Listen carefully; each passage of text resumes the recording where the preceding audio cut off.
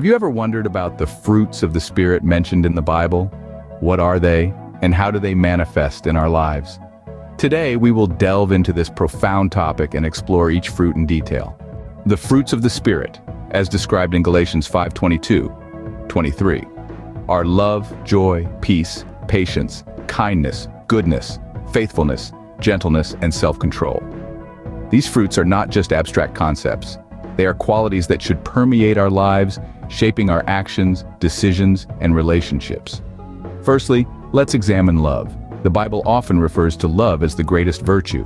In Corinthians 13:13 it says, "And now these three remain, faith, hope, and love." But the greatest of these is love. Love in the biblical sense goes beyond feelings. It is a deliberate act of will, a commitment to care for others even when it's difficult. An example of this love can be seen in the parable of the Good Samaritan, where a man helps a stranger in need, demonstrating love in action. Next is joy. While happiness depends on circumstances, joy transcends them.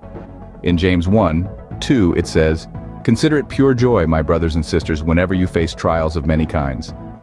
Joy is not about ignoring pain or hardship, but finding hope and gratitude even in the midst of them. Peace is the third fruit of the Spirit. It's not just the absence of conflict, but a deep sense of tranquility that comes from trusting God.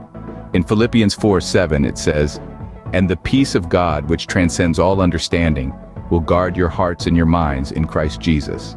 Patience, or long-suffering, is the ability to endure difficult circumstances and people with grace. It's about waiting on God's timing without complaining or giving up. Consider the story of Job, who despite immense suffering, remained patient and faithful. Kindness and goodness go hand in hand. They involve treating others with compassion, generosity, and benevolence. The story of Ruth and Naomi is an excellent example of these virtues in practice.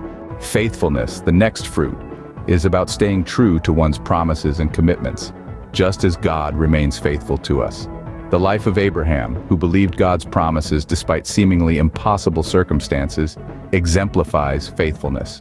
Gentleness, often misunderstood as weakness, is actually strength under control.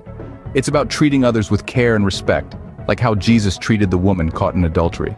Lastly, self-control. It's the ability to resist temptation and manage our impulses. It's seen in the story of Daniel, who chose not to defile himself with the royal food and wine.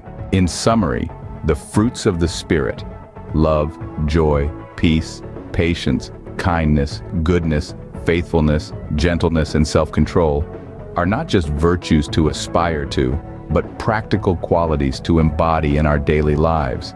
They are evidence of the Spirit working within us, transforming us to become more like Christ. Incorporating these fruits in our lives leads us not only to a deeper relationship with God, but also to a more fulfilling and meaningful life. Remember, it's not about perfection, but about growth and progress, one step at a time. Subscribe now for new content.